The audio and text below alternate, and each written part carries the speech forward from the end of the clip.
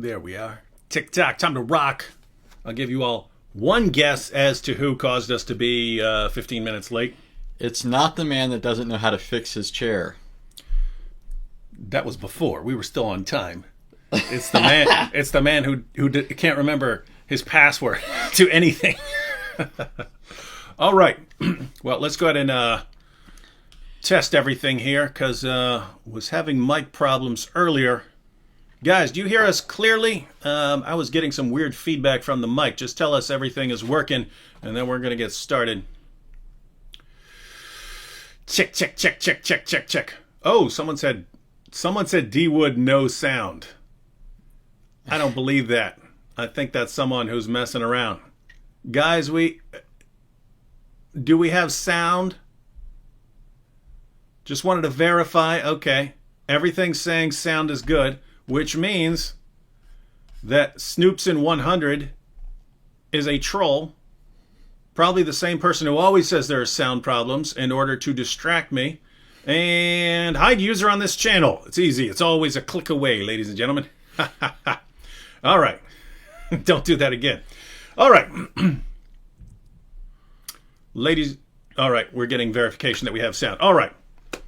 So, we're going to talk about Allah not being all wise, not being all powerful, not being unchanging. And these would be claims that Islam makes over and over again in the Quran. He's all wise, he's all powerful, and so on.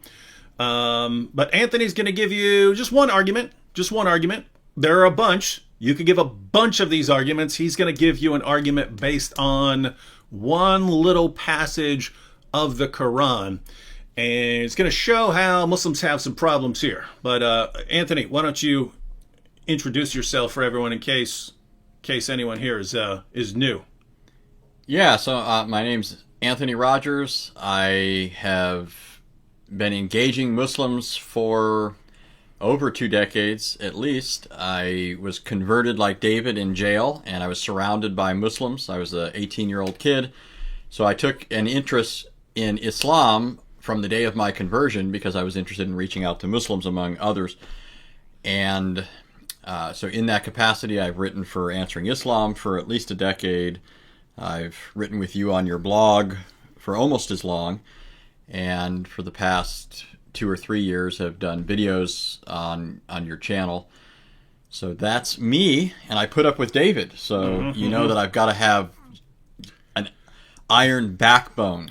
Yeah, and you have an interesting personality in that people who normally get mad at everyone don't get mad at you, right? You and John McCrae are the only people I know who are like that. Like me and Sam will flip out on anyone if we're around that person for long enough.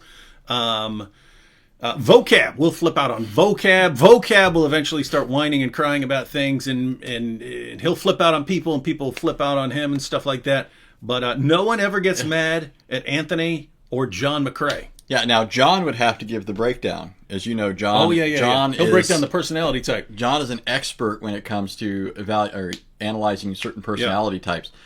But my claim to fame is that Sam has never been mad at me. And if you know Sam, you know that's almost a miracle. Yeah. So, Sam will be the first to tell you that it doesn't take much for him to get upset with you. So the fact that, Sam and I have never had any kind of, issue. Lindy Z said, someone in chat mentioned Chris Hansen. You should definitely do a skit where you are Chris Hansen confronting Muhammad. That's already in the works. That's just the only thing stopping that right now is coronavirus. But yeah, it's going to be called To Catch a Prophet. It's going to be called To Catch a Prophet. And it's going to be Muhammad. Muhammad comes over because he thinks he's, found a prepubescent girl who's willing to marry him and or sign up for Muta. And it's, of course, Chris Hansen. But the joke's going to be that Muhammad's too dumb to figure out that there's not really a girl, right? So Chris Hansen's going to explain it to him. And Muhammad thinks that Chris Hansen is just hiding the girl. And so, the police will take him off, they'll arrest him, then he'll get out and he'll come back to the house, and he keeps coming back to the house and so on. So anyway, that's going to be the joke. But yeah, it's going to be To Catch a Prophet with David Wood as Chris Hansen. All right, now should we go ahead and get started? We will take. Hey, that's an interesting one. Do John of Damascus meets Muhammad with Al D? Who's Al D? Oh, maybe meant Al Fadi. I don't know. As John of Damascus, that would be a good one. All right. So, Viking Apache said, Anthony, do you get mad at Muhammad? Yeah, that's weird. Do you get mad? Do you get ticked off? Well, like I will. The world can be crashing down around me. I can have people stomping on me, kicking my head. I'm totally calm. But I will like lose my pen and not be able to find it, and I'll flip out and be ready to smash everything in sight. So it's like little things, they tick me off. Big things, I'm totally calm. Do you like get ticked off and mad, or? I can get animated, but I don't typically get mad. I often tell people when it comes to my wife and I, you and Marie have a perfect, interaction with each other. If anybody hasn't seen David and Marie interact, it's perfect, but they're not the same personality type, right? Well, my wife, if a tree fell into our house and there was a big hole in it, my wife would be immediately in, damage control mode, what are we supposed to do, that sort of thing. I'd be over there thinking, great, now we've got more sunlight. But, we've got a sunroof in our house, or, something along those lines. There's not much that gets me down. Typically when I see, for example, I was riding up and David dropped a video and I was just laughing hilariously in the car on the way up. At the same time, what David was talking about was horrendous and repugnant, right? So, I have natural revulsion to what I see in Muhammad's character and behavior. And there's a sense in which I am incensed at what he said and taught and the fact that people imitate his practice, but not, it's not like, I'm not in a rage in that sense. My thought is more, expose Muhammad more because of it than it is to just sort of, but I don't get upset too much at anything. Mm-hmm. All right, guys. Well, Anthony's argument here will not take up a terribly long amount of time, even with me jumping in and adding my thoughts. So we will be taking some questions along the way. People keep giving me suggestions. You didn't hear on our last live stream with me and Vocab and John McCrae where you hear that we were planning a horror movie? We're going to have No, I didn't see that one. Yeah, we're going to have a horror movie inside a cave, but it's going to be like an hour and a half full horror movie, but it's about Muhammad receiving his first revelations. Yeah, I can already see where that's going. Yeah. It's going to be pretty it's going to be pretty graphically violent and bloody. All right. Okay. So I would start off with this. The argument can be made quickly, but I want to make sure that people are going into this remembering several things. One of the first things that people should remember is Muhammad's initial interest or attraction to Judaism and Christianity. Right? Muhammad was a dyed-in-the-wool pagan. He was a product of pagan parents. He grew up in a pagan tribe that was part of a broader, network of pagan worship. The caravan trade that came into Mecca involved the worship of multiple deities, and Allah was only one of many. But the point is that in that context, if anybody hasn't heard a Jewish person really ridicule and lampoon idolatry, you really haven't heard anything when it comes to just cutting idolatry off at the knees. And the origin of this, of course, is in the Old Testament prophets. You look at the prophets, and you have Isaiah talking about an idolater cutting down a tree. It's one of the coolest passages in the Bible. And then he talks about, it's just, it's... He makes a fire and bakes some bread on it. And then he takes the other part and he bows down and worships it. So half of it he uses to make a fire. So the same material that he's constructing a god out of is fuel for the fire. And the other half, after he makes it into a god, he bows down to it and says, "You made me." Right? So you just see the foolishness of it. And that sort of thing is found throughout the prophets, and it was imitated by the Jews. If you look in the Talmud or other rabbinic literature, you just find this scathing rebuke of idolatry. And this is the context then in which Muhammad is living and moving and having his being in Mecca. the pagans are engaging in ridiculous idolatry, and the Jews are constantly making fun of it. And even though they're in a minority, they're still getting the upper hand when it comes to the rhetoric, the rhetorical battle, right? And so, I mean, that's one factor weighing on Muhammad. Another thing is that the Jews and the Christians have a concrete revelation from God. They don't just have these traditions from the murky past that nobody knows for sure where they came from and what basis they have. And they're also not sufficiently detailed. I mean, they just lack all sorts of things that a person who has a revelation has. Mm-hmm. And so this becomes very attractive to Muhammad. And the Jews, as well as the Christians, believed in prophets who were authoritative spokesmen. And the Jews in particular were still waiting for someone. In fact, they would constantly bring this up in their battles with the Jews and say that, you know, he's going to come and then he's going to aid us against you. He's going to help us overthrow your dominance over us. And so all this is happening, and eventually Muhammad gets the idea. We don't need to go over all of that, right? He gets the idea that he's a prophet, and in fact he's that prophet that they were expecting, the Jews. And so there was a lot about the religion of the Jews that appealed to him, but there was also stuff that he didn't like. Of course, he couldn't agree with the ethnic aspect of it, right? He's an Arab, so there's going to be the idea that he could become a Jew. Just that wasn't something that he could hurdle. So he wanted something especially adapted to his own Arab situation. And so, of course, he claimed that he is the prophet for the Arabs. He's getting revelation in Arabic, and he's sent then in particular to his people. That meant that Muhammad then wanted to pattern his deity after the God of Jews and Christians, which means that his God has to be almighty, all-knowing, and unchanging, among other things. There's, of course, a whole host of attributes that would have to be true of him. So you do find in the Quran claims, right? You have the claim that Allah is all of those things. Mm-hmm. And one of the ways the Quran expresses this is one that Muslims love to bring up for various reasons, but it's the expression kun fayakun.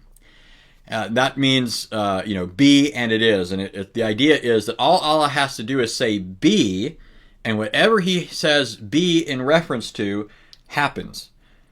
So if Allah wants to create a gnat, all He has to do is say be. If He wants to create a solar system, all He has to do is say be. If He wants to create a universe, all He has to do is say be, which means it's all equally easy for Him. Everything is equally easy for Allah. There's nothing harder than another thing. Mm-hmm. Now, one second there. We've got the Islam critiqued troll, Colin, coming in here talking trash. He says, "You think you're the best at pointing out problems with Muhammad's morality? Mm-hmm. I just finished a script that will give you a run for your money. Challenge accepted." Well, Colin, you have to get the challenge right. I didn't say I'm the best at pointing out problems, right? Christian Prince is phenomenal at pointing out problems. Sam Shamoon is phenomenal at pointing out problems. I said I'm the best at mocking. I'm the best mocker. So if you're mocking it better,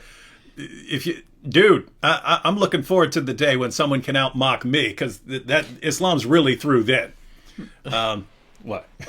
No, I'm laughing because I like Islam critique's style. It's awesome, yeah. He has a good dry wit, and I like that. Yeah, and the stuff. I like it because the stuff he's putting out is stuff other people aren't putting out, right? Yeah. Like it's easy to come along and put out the same stuff that everyone that's like you, right? You're putting out stuff that other people aren't putting out there.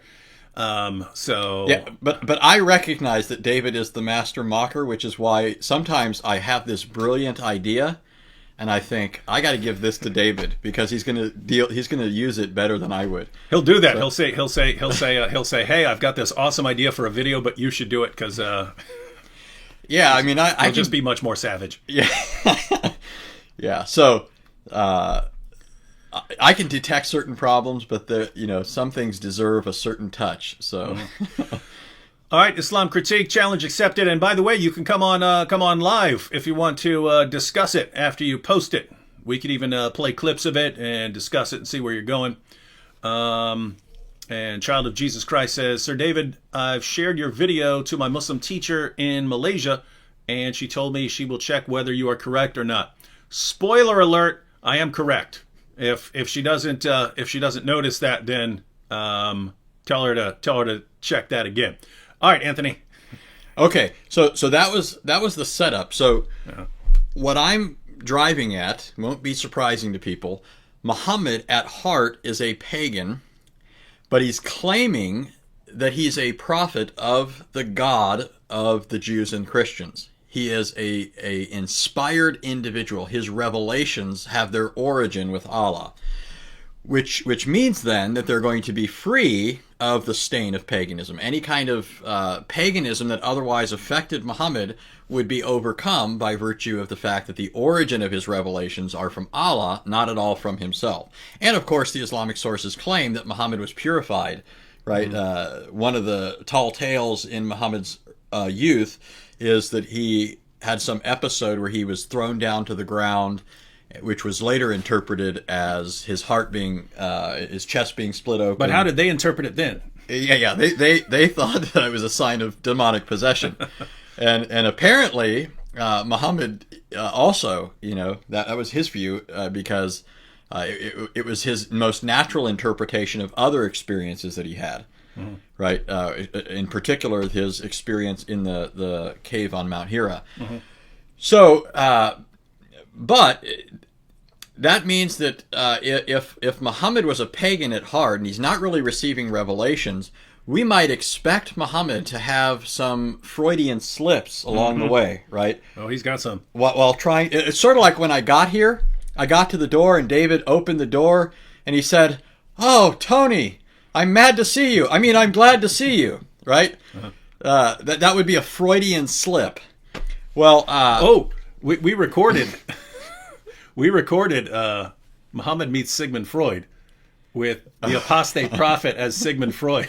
And there were all kinds of Freudian slips throughout there. Everything Muhammad says is a Freudian slip about loving little girls or something like that. Oh, gosh.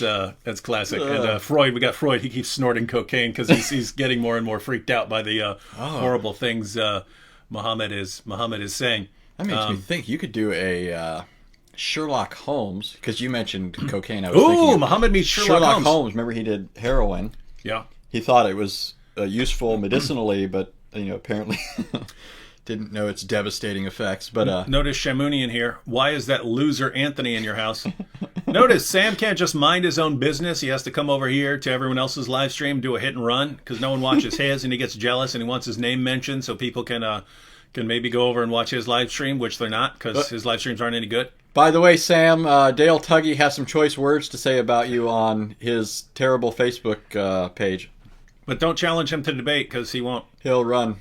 Lena says, I have binge-watched all videos on A17 Apologetics. Crave more. Oh, well, I've been cranking out 1 or 2 a day, and there will be more tomorrow. Michael Lawler here said, what's with the kids' tea set mugs? I don't actually drink. Espresso. I don't drink cups of espresso. I will add them to a cup of coffee. So I'll have like a giant cup of coffee and then add some espresso shots to it. But I don't just drink these. But whenever Anthony's Italian, so whenever he comes here, then my wife makes espressos, and I'm not going to let them sitting there drinking espresso without me having one. I come up here for 2 reasons, maybe 3. The first reason is an espresso, and I usually get 2 or 3. Every couple hours. The second reason is Kepler, their youngest child. Yeah, he's pretty funny. Yeah. And other than that, we record a bunch of crap. Yeah. That's the possible third reason. Yeah, so if anyone's wondering, Sam's wondering what Anthony's doing here. Unlike Sam Shamoon, Anthony is going to be recording a bunch of videos on some groundbreaking stuff. All right, before you were rudely interrupted by Sam Shamoon. Okay, so I mentioned Freudian slips. Mm-hmm. That's one angle of... Oh, I rudely interrupted you then because I started talking about the video. And then we went, okay, never mind. I thought you knew. So that's one way of looking at what I'm about to talk about. Another way of looking at it is Muhammad, while claiming to be speaking for the same God who revealed himself to the prophets in the prophetic scriptures, taught things that were more in line with his pagan background, and then later had to be corrected on them by the Jews. And you actually find this all throughout the Islamic sources. A lot of the present beliefs that Muslims hold were not the original beliefs of Muhammad or his companions. And that's because, not because Allah came along and said, Muhammad, this is wrong, you need to change this. The fact of the matter is, it was usually the Jews who were the catalyst for Muhammad's new insight. Yeah, you see this a lot in the Hadith. So guys, just to be clear here, right? Muhammad's teaching his companions something. They're all going around doing what Muhammad taught. And then the Jews come along and say, what are you doing? You don't know how pagan that is? And then Muhammad yeah, here's the way we do it now. And it'll be exactly what the Jews told him to do. Yeah. Right? So the order is not Allah revealing things to Muhammad and then making it known to his companions and the Jews and others in Arabia. The order is the Jews, Muhammad, and then Allah. So look, notice who's in last place. The Jews are always one step ahead of Muhammad, 2 steps ahead of Allah. Allah's always the last to arrive on the scene and speak accurately, right? And he's basically walking in the footsteps of the Jews that were already, walked in by Muhammad before him. So here's an example of that. David's done a video, which I think is one of his best. Unfortunately, it was in the earlier days of his YouTube forays. I was just getting a request. I mean, I get these requests pretty regularly, but just like, and maybe an hour or two before you got here, someone was saying, could you re-upload those other videos? Because people don't see them now. They don't get recommended now. And so could you re-upload those earlier videos? But I've actually been thinking about re-recording some of those earlier videos because I had a crap camera. Right. I had a crap mic. Everything was garbage. It's low resolution. Whereas now can record everything, re-record everything. So not for all the videos, but for maybe my 10, if I picked out my 10 or 15 favorite videos from years ago, like Who Killed Muhammad. That one's got some of these videos have over 1 million views and stuff like that. That one's got 1 point something million, stuff like that. But when I look at it, I'm like, the camera is horrible. The mic is horrible. There's all this background noise. And so, yeah, I think I could do a much more epic job today. So, yep, that's, but yeah, one of them that I would like to redo is Allah swearing by everything and committing shirk. Yeah. So in that video, the main focus is on the fact that Allah, who's supposedly transcendent, absolute, the creator and maker of everything, he's swearing by created things. And if you're familiar with the previous scriptures, if you're familiar with the Old Testament and the New Testament, you know that God swears by himself because there's none greater by whom he can swear, and the lesser always swears by the greater. And so biblically, in terms of the monotheism taught by the prophets and the apostles, God can't swear by anything other than himself because there is nothing greater than him. Nothing to which he must appeal, nothing that can hold him to account except his own eternal being and nature. So that's what you see in the Bible. Well, Muhammad, before he knew this, but while claiming to be a prophet, has Allah swearing by himself over and over and over again in the Quran. Allah swears by literally everything. There is nothing, you cannot name something that Allah did not swear by, right? So notice the reasoning here. According to Muhammad, after the Jews corrected him, according to Muhammad, if you swear by anything other than God, you have associated it as a partner with God. If you say, I swear by this, you're calling upon that thing. You're calling upon that thing to somehow be a kind of judge and enforcer over what you've said, right? So Muhammad eventually said, hey, Allah is the only one you should be appealing to that. He's the only one that can, hear this. He's the only one that can enforce it. He's the only, you don't be calling on all these other things. So if you swear by anything other than Allah, you're associating as a partner with Allah. And so the point of the video was, yes, in the Quran, Allah swears by everything. Allah is constantly, I swear by this, I swear by that, I swear by the pen, I swear by the stars, swear by the moon, swear by this, swear by that, swear by this. And there's even a passage where he says, I swear by the seen and the unseen. Well, guess what? There's only 2 categories of things, seen and unseen, right? So if he's swearing by both, everything that's seen and everything that's unseen, Allah has sworn by everything, and therefore, according to Muhammad, Allah has associated everything as a partner with himself, and Islam is thus not monotheistic, it's pantheistic. Like everything you see is God. Yeah, so let me read the hadith just so people know that this comes from the Muslim sources. So this is from Sunan an-Nasai. It's from Volume 4, Book 35, number 3804. It says, it was narrated from Abdullah bin Yasar from Qatayla, a woman from Juhayna, that a Jew came to the Prophet and said, "You are setting up rivals to Allah and associating others with him. You say, whatever Allah wills and you will, and you say, buy the Kaaba."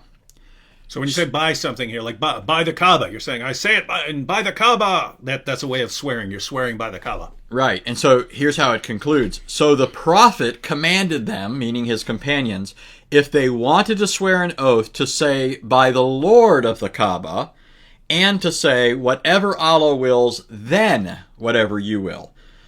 So there's actually two issues here. We're just focusing on the fact that it's the Jews that are the catalysts for this insight and subsequent command, a change of command from originally allowing the practice of swearing by created things, and all they're doing in this case is following Allah's bad example, right? But now the Jews, having corrected Muhammad, and remember, this is dealing with shirk.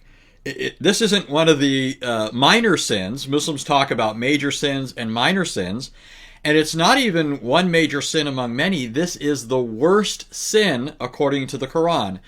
Surah 348, Surah 3:116 both say that the sin of shirk, associating partners with Allah, is unforgivable. Well, here is a Jew correcting Muhammad, Allah's greatest prophet, who came to rid the world of shirk. Right? I mean, what need do we have of Muhammad if he has to be corrected by the Jews on this fundamental issue? I mean, this already unravels the entire, claim of Islam. But so this gives you an idea. Muhammad was in fact a pagan. He was not a prophet. He was not pagan receiving. What's that? That sounds like a cool video. Pagan at heart. Yeah. Yeah. Okay. I've also been planning to do something maybe here in the next couple days. I think you and I have talked about this before. I don't want to say, I'm not sure what to call it. Maybe replacement paganism, where Muhammad takes the paganism of his time, but he ends up giving them a replacement that's kind of the same thing. So, for instance, the birds, right? Yeah, we talked about that. So, ladies and gentlemen, you have the famous story of the Satanic verses, where Muhammad received a revelation that was part of the Quran, saying that you could pray to three pagan goddesses, Alat, Alus, and Manat, and these are called the exalted cranes, whose intercession is to be hoped for. So notice it's these three pagan bird goddesses, and the idea, if they're these bird goddesses, then they can fly back and forth between you and Allah, interceding for you that way, right? Now, every Muslim on the planet would immediately recognize that as absolute, indisputable paganism. Right? You've got all these intercessory birds flying in between you and Allah? What is this pagan nonsense, right? Every Muslim will recognize it until you show him that his prophet actually replaced it with a different kind of bird intercessors. Right? Muhammad said in the hadith that when you get down to the resurrection time, chapters of the Quran are going to appear as flocks of birds to intercede for you. So notice before, every Muslim on the planet would recognize, hey, if you've got a bird goddess flying between you and Allah interceding for you, that's absolute polytheistic pagan nonsense, right? But Muhammad makes it the Quran, and these individual chapters of the Quran are going to appear as flocks of birds who are going to intercede for you. So these flocks of birds are going to be flying in between you and Allah, telling Allah, oh, Allah, he did this and this and this and that and so on. And so these flocks of birds now intercede for you. And suddenly, when you put it like that, a Muslim, nope, that's not paganism, it's just pure monotheism. Really. You've got all these birds flying around, and they're interceding with you. They're conscious. They have thoughts. They have memories. They're appealing to Allah on your behalf, just like Alat, Alus, and Manat did. But because They're the Quran doing it. It's no longer paganism, right? And Muslim, yep, it's not paganism. And so that's what I mean. Like, he takes every single thing the pagans believed in and he gives them an Islamic substitute. He gives them an Islamic substitute. And like everything, the black stone, himself is an intercessor. Everything is substituting for something that the pagans had. And somehow Muhammad gives them the exact same thing. It usually worse. I mean, you got 3 pagan goddesses, but now you've got, and he makes it's much worse, right? Now you've got entire flocks of birds that are interceding on your behalf. And so it's just complete replacement paganism. And so that's why Muhammad's doing this. And the Jews keep coming up to him and go, you have any clue what you're doing, dude? Do you have any idea what you're doing? And so anyway, things didn't go well for the Jews in that area who kept correcting him. Yeah, so let's give him the verse.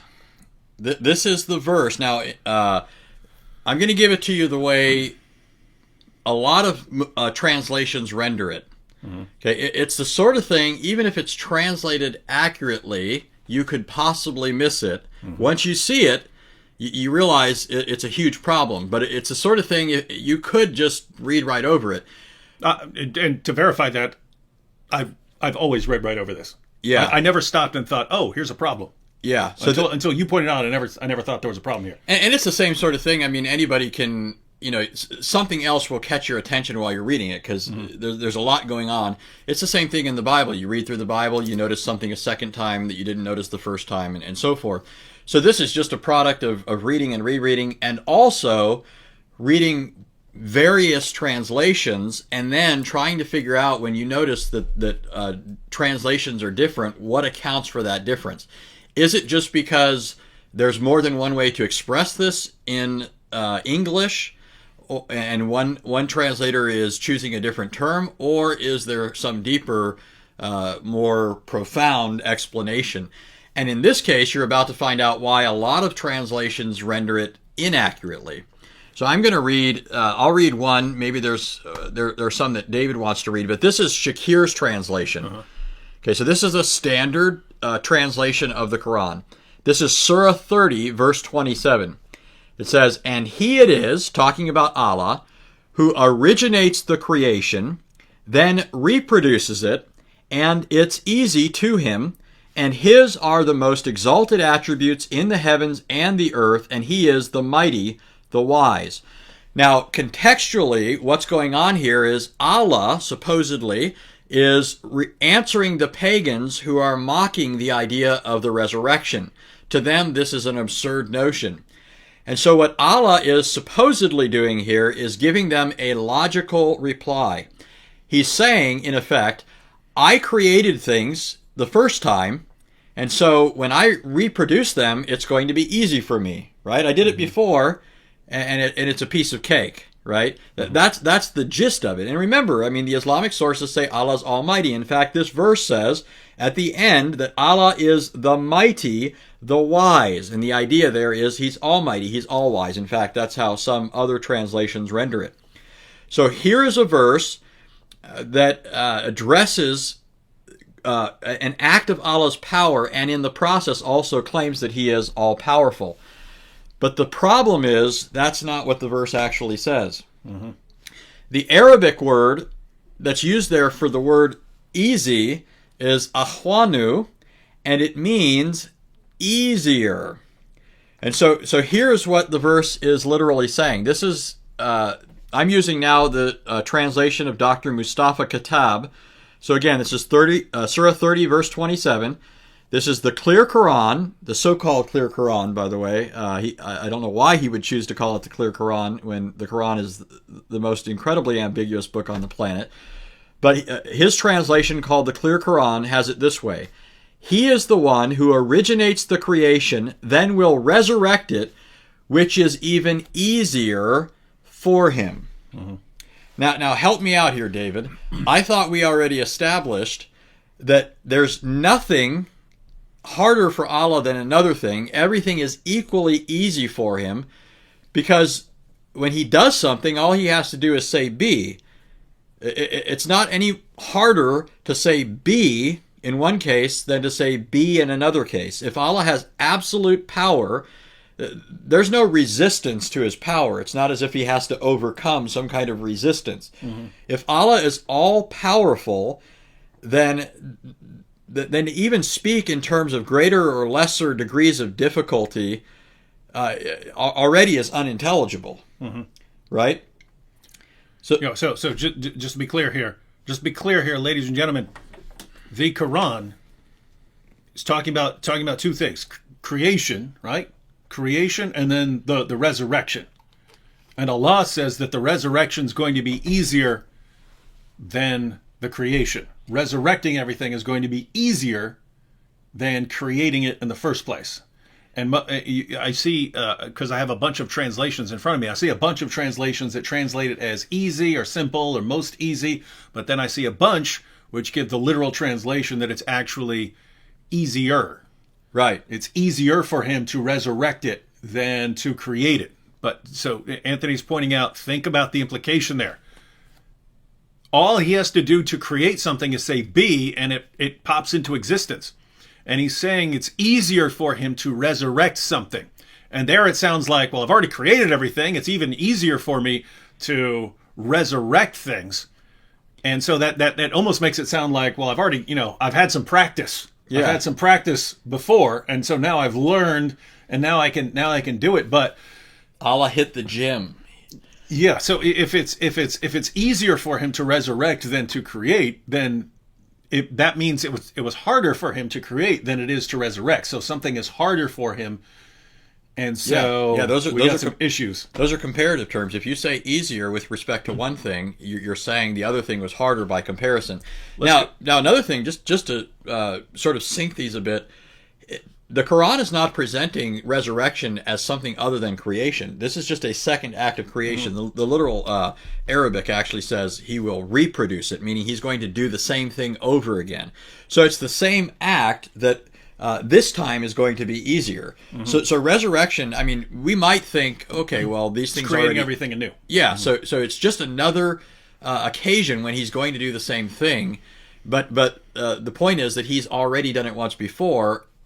And the suggestion is just think about it. This is the way a person would naturally think with respect to himself, right, or any other finite deity. If you do something, the next time you do it is probably going to be easier. Certainly, the more often you do it, it's going to become easier, right? And so what should be happening is if Allah's the one speaking, then it would simply say easy. It'll be easy for him. But if Muhammad's the one thinking and accidentally has a Freudian slip, mm-hmm. right? The paganism that he's trying to cloak in the guise of Jewish and Christian monotheism, that cloak has sort of brushed aside like Zainab's robe or something, right? Mm-hmm. And now the paganism is being exposed. Muhammad has expressed himself as a pagan would, instead of how he should have if he were in fact literally verbally dictating or reciting what Allah had revealed to him.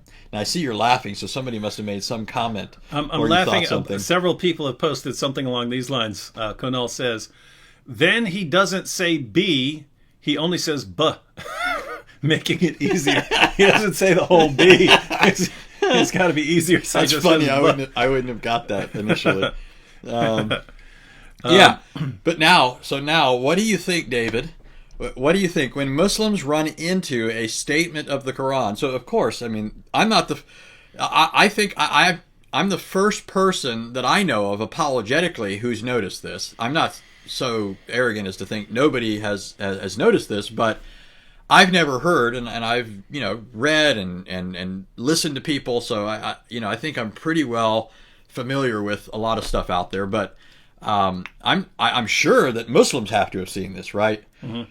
Yeah, actually, we've got some dispute from Nona Bubble here, and we could probably ask some of the Arabs, some of the Arab speaking, both Muslims and Christians, and anyone else, atheists, whoever, in the chat who want to comment on this. But Nona says in Arabic, there's no easy, easier. Easier, there's only easiest, I think she meant there. There is only 2 degrees. It's either easy or easiest. I got some problems because we got all sorts of commentaries and all kinds of translators who say it's easier. I know Arabic has a comparative, like Allahu Akbar is not God is great or even God is greatest. It's God is greater. Right. And so you've got the comparative. So everyone, Nona Bubble here is saying that there's no comparative of... Let me make a couple of observations here.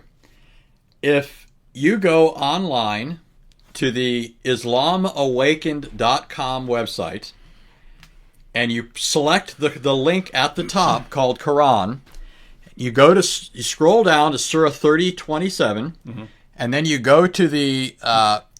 if you scroll up here... Why are you pointing to it? They can't see where you're pointing. But I'm telling you in case you want to do this. But and then so if you go to Surah 30:27, you'll notice a row of 4 columns there.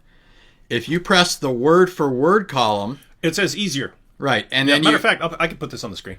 Yeah, I'll put this on the screen so people know what we're talking about. But now this is just one option. So this is it gives you the breakdown of the words. It tells you what they mean. It's an Arabic corpus. Okay, so there it has easier. I went when I saw this, I thought this is a huge issue. I should make sure that what I think I've discovered is in fact valid. So I went, first of all, I just texted Al-Fadi, right? I texted him because he's a native Arabic speaker, and he said, "You're right." And then he went and checked a bunch of Arabic commentaries, and he said, "They all agree with you," right? And then, now I'm going to make a video on this. This is, we're doing a live stream now, but I'm going to make a more succinct video, just sort of distilling a lot of this. I searched, one of the things I like to do in my videos is I like to find Muslims who are making certain observations that I'm making so people can't, use the Arabic trump card and say you don't speak Arabic or, other excuses that people make. And I have videos of Muslim scholars who are trying to deal with this verse. So this isn't me making up a meaning for an Arabic term. It's on the, you can find it in standard reference works. You can find it in the commentators. You find it in Muslim scholars.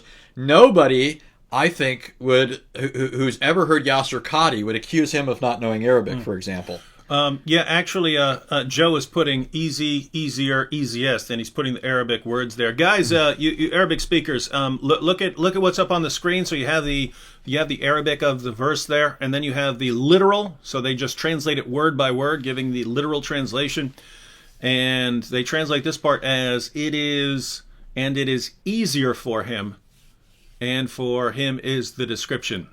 So. Yeah, and there's even a further breakdown. I won't have you go there, but if you use this tool, you'll eventually notice there's another way to look at the breakdown of various words, and it shows you that the word means easier. It's ahwanu. Now, so that's not how Muslims who are scholars try to deal with the verse, right? They know that the word means easier. And they try to explain some reason for it. Right. And what do you call that? The miracle of reinterpretation. That's right. And so what you normally find in the commentators is not somebody making the claim that the word doesn't really mean easier. What you have them doing is trying to reinterpret what Allah is doing here. And so the classic response is from Ibn Abbas. Okay, so notice this. Ibn Abbas is trying to deal with this issue. Why would Ibn Abbas, of all people, right? He is the cousin of Muhammad. Do you think he knew Arabic? I'd say he probably knew it pretty good. Yeah. So Ibn Abbas is trying to deal with this, and here was his argument. He says what Allah is doing here is he's saying, if, this is what he means, right? If it were hard for him the first time, then it would be easier for him the second time. Because whenever somebody does something, it's easier the second time than it is the first time. So Ibn Abbas is presupposing that it means easier. And if Ibn Abbas doesn't know Arabic, then I'm afraid nobody else does, right? I mean, he certainly knows the Quranic Arabic better than anyone else does. He's the cousin of Muhammad. And so, but notice, this is not what the Quran says, right? This is a reinterpretation of the Quran. Ibn Abbas has to add words to the verse in order to make it consistent with what Ibn Abbas knows would have to be the actual expression if he was going to say something that's consistent with his absolute power, right? So Ibn Abbas knows that the verse, as it is stated in the Quran, does not communicate accurately. So notice though what ends up happening if you follow Ibn Abbas, right? Not only do you now have Allah expressing himself in a way that exposes that he's not really all powerful, but now what you're doing is you're tacitly admitting that Allah did not express himself in the best way. Mm-hmm. But don't Muslims also say that Allah is all-wise? Doesn't the verse say Allah is all-wise? Yeah, and you might want to include this when you discuss. He claims to be the best of all communicators, right? He's constantly saying how clear he is. Just to I'm sure those of you who've been following the chat have seen that you had multiple Arabic speakers confirm that it says easier here, and thus the literal translation right here is correct, and Ibn Abbas was correct. Yeah, so Muhammad's companion, his cousin, whose interpretations of the Quran are, vastly sought after, right? I mean, Ibn Abbas was not a chump. So Ibn Abbas is a heavyweight when it comes to our knowledge of the Quran and early traditions about Muhammad. So Ibn Abbas took for granted that this is the meaning of the word, didn't even try to deal with it by denying its obvious meaning. Rather, what he tried to do was give the verse an interpretation that would get Allah off the hook. The problem is that his interpretation requires restating what Allah says, not changing the meaning of the word, but restating it in a different argument, right? He basically turns it into a different argument. What Allah says in the Quran is, he created things the first time, so reproducing it will be easier for him. He didn't say, if it was hard the first time. That's a conditional statement, right? If it were hard the first time, then the next time it would be easier. No, what he says is, in fact, it was something he did the first time, and it will be easier the second time. Guys, you getting all that? So, Ibn Abbas, who learned the Quran from the man himself. Ibn Abbas learns the Quran from his cousin Muhammad himself. He's the guy who starts the field of Quranic studies. He writes his tafsir on the Quran. And he realizes it's very strange to say that the new creation, resurrecting everything, is easier for Allah than creating it, because to create it, all he had to do was say be, and then created everything. So what's going to be easier than that?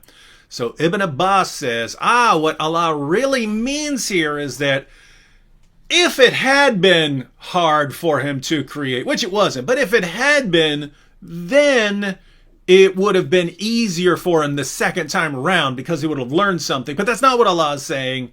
He's just saying if it had been hard, then it would be easier this time. And so what Anthony's pointing out is, if that's what Allah meant, then Allah once again is a horrible communicator, right? So he's supposed to be picking his words perfectly, and yet the same thing that we have today, right? The exact same thing that we have today. When we say, Allah says in the Quran that if your wife gets out of line, you smack and beat her into submission. No. What Allah meant there is you tap her with a toothbrush. That's all he meant there. Okay, well, what you're telling me there is he's really, really, really bad at communication, right? What does Allah mean when he says, fight those who do not believe in Allah? Oh, he means fight people who are attacking you. Well, why didn't he say fight those who are attacking you then? Why didn't he say that? Why are you a much better communicator than Allah if that's what he meant? And so, because communicating was easier for Ibn Abbas. Yeah. No doubt if Allah had a second chance to take a go at it, he'd express himself much better. And so, ladies and gentlemen, throughout the Quran, Allah constantly brags about being the best communicator ever. I mean, he had all eternity to get his word perfectly clear. And yet, even though he had all eternity to get his words exactly the way he wanted, we have his followers constantly having to say what he really meant. And so this isn't just now. It's not just Shabir Ali and Zakir Naik and all the other Muslim apologists who are saying what Allah really meant, this goes back to the first generation. You've got Ibn Abbas saying, oh, easier. Oh, that would mean it was harder for him to create the first time. That's not going to make any sense. Well, what Allah really meant was, and then has to add a bunch of words that Allah didn't say, which means, as Anthony pointed out, you're in trouble either way. If you want to say Allah is perfectly clear and he said exactly what he meant, then he's got some problems. He's growing. He seems to be growing in power, so that he's learning how to do it, and so it's easier to do it a second time. But it was harder at the beginning. So you're either stuck with that problem, or you can do what Ibn Abbas does and says, well, what he really means is something else. In which case, he's not all wise. He's not a great communicator. And in either way, he ends up being not very wise. You know why? Because either he needed Ibn Abbas to help him to state it accurately, or he, so either he said that this is easier for him, in which case he's not all powerful, or he needed Ibn Abbas. He still wanted to communicate that he was all powerful, right? Because that's part of the point of the verse. He's saying he's all powerful, he's right? saying, he's saying he can do it however he wants, and then he accidentally. So either way, he shows his incompetence. And this then points up another issue. One thing that people aren't very good at in our day, unless they're really working at it, is being good theological thinkers. I mean, with respect to theology proper, the doctrine of God. Most people, you know that God is omnipotent, omniscient, omnibenevolent, these sorts of things, but you don't necessarily think through how these attributes of God relate to each other, and how tinkering with one attribute would affect everything else. You can't just, it's like pulling a thread on a garment, it unravels the whole thing. You can't mess with one aspect of God's character without ultimately ending up with something else entirely. And so if you take into account then the impression that this verse is giving us, the logical implication of this verse, that Allah's power moves from being weaker to being more powerful, something's harder at one point and easier at another, or his eloquence grows, either way, you're now also saying that Allah is a mutable being, right? Allah changes. But that's just huge once you start thinking about it. If Allah changes, then it means that he's not absolute, right? He's not the sole determining factor in reality. Something is happening that's affecting Allah, right? He's not unaffected by things. Something's happening that causes Allah to change. So Allah can't say for certain how things are going to be in the future. Right? He can't know that because he doesn't have absolute control over everything. He himself has certain things that are harder for him than other things. He is changing in the context of all this stuff. And so just like other mutable beings can become stronger, they also become weaker, right? People can grow in intelligence, but that intelligence will also start to wane the older they get in many cases, right? You get people whose minds aren't as sharp anymore, or they get Alzheimer's or what have you. Matter of fact, that's brought up here. Yeah, so Pony Girl says, well, if Allah was so wise and powerful, why couldn't he get it right the first time? What about all those abrogated verses that Allah have Alzheimer's? And that's really what it seems like, right? Because when we bring up... Or maybe Muhammad is actually the one who's coming up with all this stuff, and he's having some brain farts or whatever. He's got some... There's definitely a problem going on. But notice, if we listen to what Muslims say, what they tell us is that the more peaceful revelations that Muhammad was delivering in Mecca, to you be your religion and to me be my religion. That's what Allah really meant. And right there, he meant exactly what he said. And even later, when he was advocating defensive jihad, that if people are being oppressed or something like that, you have a right to stand up for yourself. There he meant exactly what he said.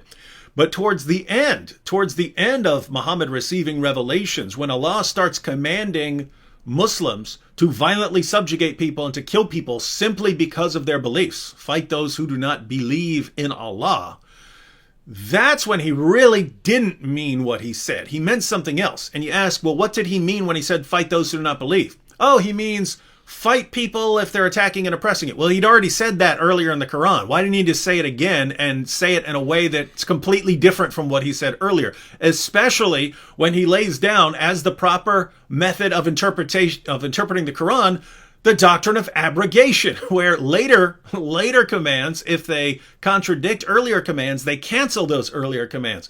So why did he do that if he really knows, oh gosh, I'm about to say this thing in a completely different way from the way I said it earlier, even though I mean the same thing? Back then I was clear. Now I'm going to say it. I'm going to mess it up. But I'm going to say it even though my followers are going to think that I'm actually commanding them to go fight people based on what they believe. And they're going to think the earlier commands have been abrogated, which is exactly what you find in the commentaries. Exactly what you find in the commentaries. It's these commands to violently subjugate people simply because of their beliefs. They abrogate or cancel earlier revelations. And so Allah just didn't seem to understand the mess he was creating.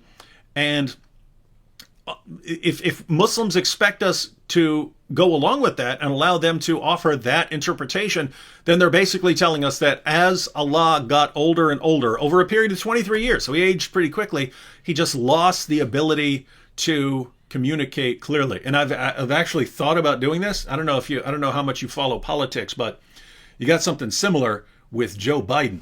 That guy used to be really sharp and quick-witted. He used to crush people. He used to crush people in debates. He was really quick. Now he can't formulate thoughts, and just everyone understands that he's too old and he's losing it. That happens, ladies and gentlemen. That will most likely happen to pretty much all of us if we live long enough. We start losing our faculties, and so it makes sense with human beings. It makes sense with politicians.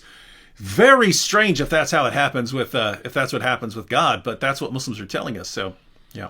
Yeah, and so what all this does really is it exposes the true origin, right? This stuff is originating in the mind of Muhammad, a pagan, or at least is, I'm not excluding the possibility of devilish involvement, but in that case it's even worse, right? I mean, but it's not coming from God. That's the one thing that's clear. If God were communicating, then he would speak in a way that's consistent with his absolute power. He wouldn't be saying this is easier for him as if he's, just recently got a gym membership and now can bench press twice as much as he used to be able to bench press. That's how Allah speaks in the Quran. So he exposes that he's not all powerful. He's not all wise because he's trying to say he's all powerful, even if he isn't. But he ends up saying that he's not all powerful, and he's not even wise enough, or as wise as Ibn Abbas. Notice, it's not just that Allah's wisdom isn't perfect and still has the potential to become greater. Ibn Abbas expresses it better than Allah did, right? If that's what Allah wanted to say, why was it so easy for Ibn Abbas but not for Allah? So Allah is no wiser in his choice of or manner of expressing himself than the cousin of Muhammad, another pagan, by the way. And this all implies that Allah is a mutable, changeable being. Now, here's my question. Okay, this really already lays out the problem, but I was telling David about this earlier. One of the things that I like to do, I've often thought, if I didn't pursue the vocation that I did, and for those that don't know, I serve as I'm a pastor of prisons. I go into the prisons throughout the state I live in. So that's what I do vocationally. But if I didn't do that, one thing I would love to do is be a detective. I'd love to try and figure out cases, especially cold cases. I loved watching the other day when you had J. Warner Wallace. Yeah, J. Warner Wallace on. I just remember thinking that's the coolest job ever. But so what and David can attest to you that I think this way and have done so on other occasions, and it's led to some insights with respect to the development of Islam. But remember how I started out this broadcast? I mentioned that Muhammad often had to be corrected by the Jews. So Muhammad's final insights are the product of Jews correcting him. His initial insights were pagan to the core. His better and later insights were often the product of Jewish correction. Okay, and I don't mean here, things like his command to engage in jihad or something like that. I'm talking about his his better theological insights that are more consistent with monotheism. He never did weed out all of the paganism. It's still there. It's all over the place. But the Jews, every step of the way, are just, poking fun at Muhammad. They're putting their fingers on things, and Muhammad changing them. So I thought to myself, well, why is this problem still here in the Quran? Why did Muhammad never correct this problem? Why don't we ever have an account from the Jews? And it's possible that somebody just didn't record something, but I'm still thinking, I'm trying to figure out, why isn't there anything indicating that the Jews came along? They were so good at other times, right? Coming along, Muhammad, you're engaging in shirk. You're swearing by created things. You're associating yourself with Allah when you say, as Allah wills and I will, right? As if you are to be coordinated with Allah in your will. And so this is occurring to me, and I start thinking, well, wait a minute. Maybe there weren't any Jews left around at the time that Muhammad gave this revelation. Maybe Allah didn't have the foresight to keep the Jews around since they proved to be his greatest teachers. Right? If Allah and Muhammad are constantly learning at the feet of the Jews, then it would have made sense for Allah to keep the Jews around. But eventually, Muhammad kills Jews or drives them from Arabia, right? Or he kicks them off their land or what have you. So maybe, I'm thinking, maybe there were no Jews around to correct Muhammad. But then I hit a snag. And I was telling David about this. I hit a snag because if you look at the period of revelation where Surah 30 falls, Surah 30 is a Meccan surah, which means it came before his hijrah, his migration to Medina. And so that also means that it came before Muhammad waylaid the Jews. But then I did some more digging. I kept digging. What most people don't know is that while we classify surahs according to their period of revelation, right, a surah either comes from the pre-Hijrah period and is called a Meccan surah, usually meaning that it was revealed in Mecca, but some of them were revealed outside of Mecca, but it's that period when Muhammad still lived in Mecca, right? The post-Hijrah surahs are referred to as Medinan surahs. So most people think if you've got a Meccan surah, then the entire surah is from the Meccan period. But that's not actually correct. And I'm not just saying, what Christians will say. This is what Muslims will tell you. If you pick up a book like Ulum al-Quran, written by Ahmed van Denver, or any book dealing with the science of Quranic interpretation, Neil Robinson, his book, Interpreting the Quran, or I'm not sure if I'm getting the title exactly right, but he also points this out. Theodore Noldik, who's a well-known Orientalist scholar of Islam, numerous scholars, Muslim and non-Muslim, point out that while it is true that the surahs are classified according to different periods as either Meccan or Medinan, it isn't the case that every single verse in those surahs came exclusively from those periods. In fact, some verses from the later period were added by Muhammad to surahs from the earlier period. Muhammad would say, he'd get a verse and he'd say, okay, put this in that surah. And that's why, it's one reason why the Quran ends up looking like such a jumbled mess, right? Because you're inserting verses from an entirely different period, smack dab in the middle of an earlier surah, and he didn't even seem to have really good regard for what was going on in the context of that surah. So let me just read something from Ahmed van Denver real quick, just so you see what I'm talking about. So this is a Muslim. This is from his book Ulum al-Quran, page 89. He says, many surahs of the Quran do contain material from both periods of revelation, and in some cases there exists difference of opinion among scholars concerning the classification of a particular passage. So the surah can be Meccan, while a verse could have come from the Medinan period. Now, that's just part of the puzzle. This here's another statement, and this actually brings the whole argument full circle. This comes from the Study Quran. It's produced by Muslim scholars, and this is found in their footnote on page or on verse 27 of Surah 30. They say, all commentators agree that Al-Rum, that's Surah 30, was revealed during the Meccan period, although some Muslim scholars maintain that verses 27 and 28 are from the Medinan period.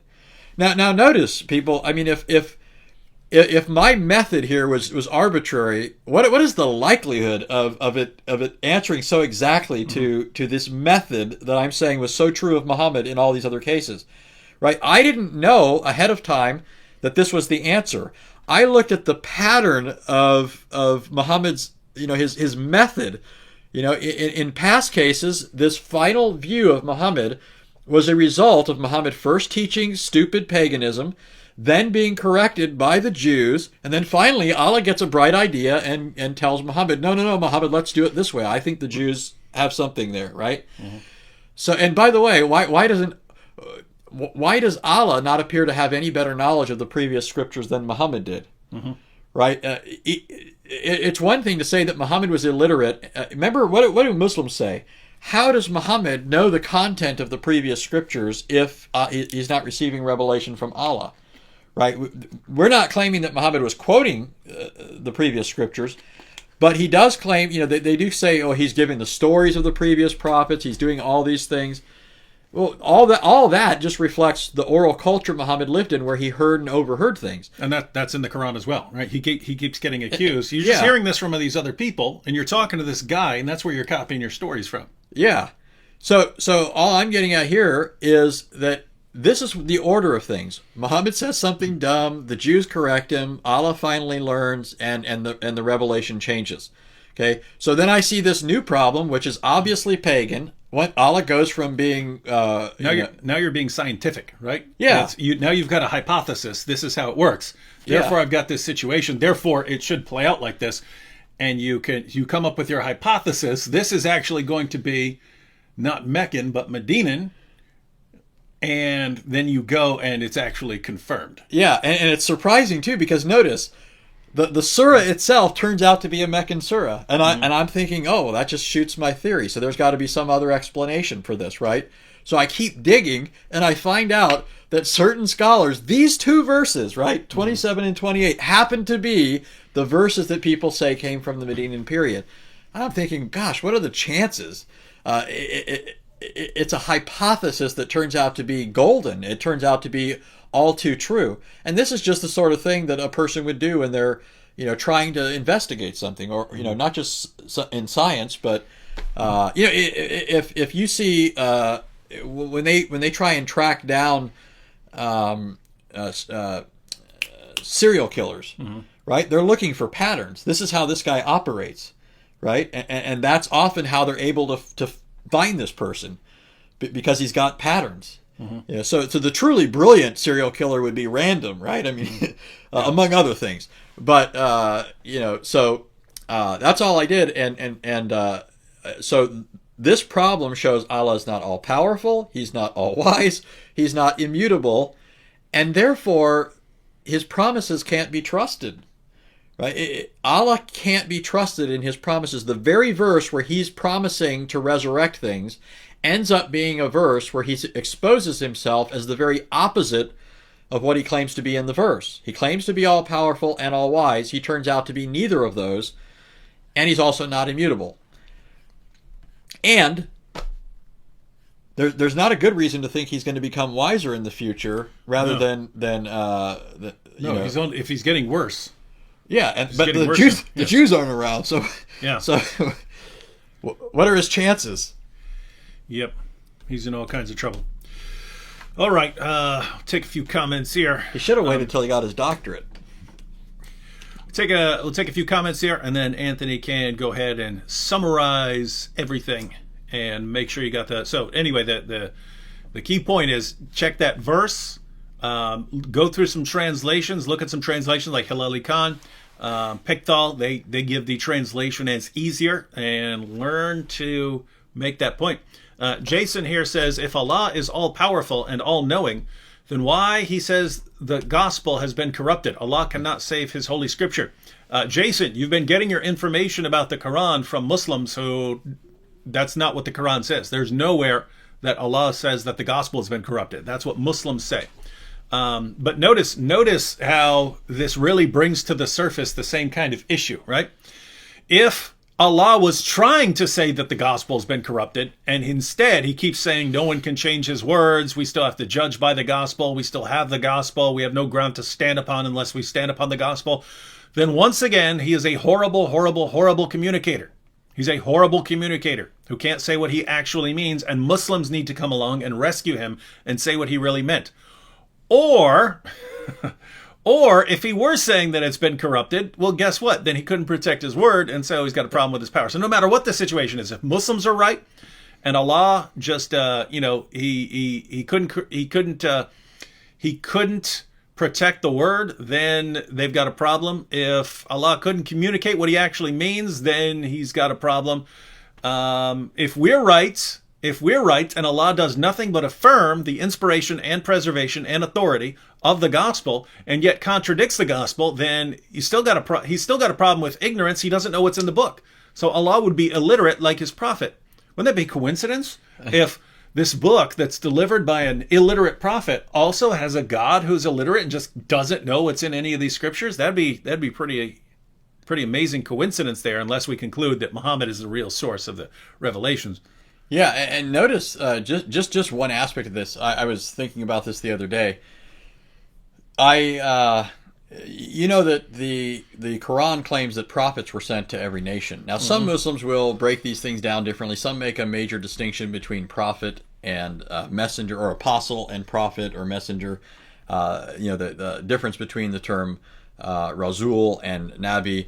Some will say that one refers to somebody who receives inspiration, and the other one refers to somebody who receives inspiration and a book or a scripture. In any case, according to Muslims, it's not just the gospel that was sent previously. There were many books that were sent before. We have certain books that are named. Mm-hmm. You have a book that was supposedly sent down to Abraham, a book that was sent to Moses, a book that was sent to David, and a book that was sent to Jesus. And those are just representative samples of the books that were sent. We can assume there were a great many other books sent to people besides, right? If there's 124,000 prophets sent to all these different nations so that they would know Allah, and according to the Quran, the reason these revelations are given is so that people will recognize Muhammad and confirm him as a prophet when he comes, right? That's the stated reason why these things are being given, right? So notice, to me, this is just incredible to think that Allah, his intention in giving these revelations, in fact, he even makes the prophets swear they're going to, this is their whole, reason for being, right? That they're to support him, to affirm him, to point to him, right? So if Allah does all of this, but then lets those things become corrupted before Muhammad ever comes on the scene, how incredibly incompetent, right? It's like pretty incompetent. Yeah, but notice how often he's incompetent. His track record of accomplishing preservation, which he claims he's going to do for the Quran, is a whopping 0, or he has 100% failure rate, right? How incompetent is that? Maybe it was easier for him to protect the Quran. Yeah, by that point he's like, gosh, I realize how I blew it there. I blew it he there. He learned his lesson. Satan cut me off at the pass there. Those dirty Jews, they underhandedly, So if 124,000 prophets that Allah spoke to and through, and however many books, all got corrupted. Allah has 100% failure rate. I can't think of a more incompetent deity. No. Zeus. Allah's incompetence is on 1 million, right? He's like Super Saiyan God level with the incompetence. Yeah. All right. This is a totally different topic, but brothers, what can I say to a Muslim who says that I am rude for talking bad about his prophet and his beliefs when my hope is for him to come to Christ? Well, you don't let Muslims get away with that. right? I mean, it's different if you're in a Muslim country where they could actually kill you for talking about Muhammad or get you arrested or something like that on blasphemy charges. Don't do that there. Let us speak to them through the internet. But if you're in a place where you have the freedom to talk to people and you're protected, your speech is protected by the law.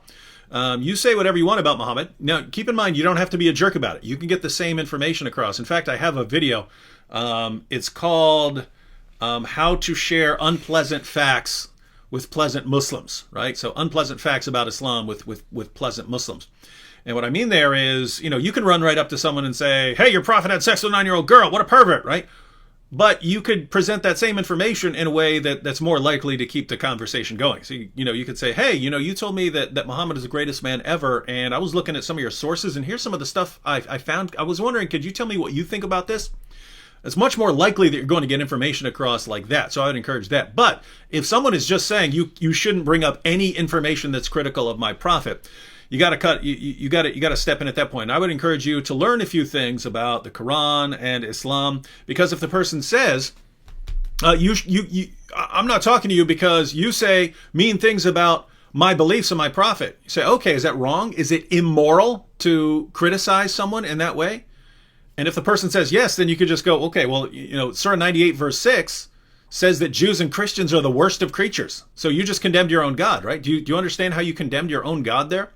You can, of course, go to passages which talk about actually fighting and subjugating Jews and Christians because of our beliefs. And so you point out, hey, I'm doing way less than your God orders you to do. Your God orders you whenever you get the chance to subjugate me or to kill me, to force me to pay you or you kill me. So I mean, if you have a problem with me simply speaking, you got some issues. Your God and your prophet say to do way worse.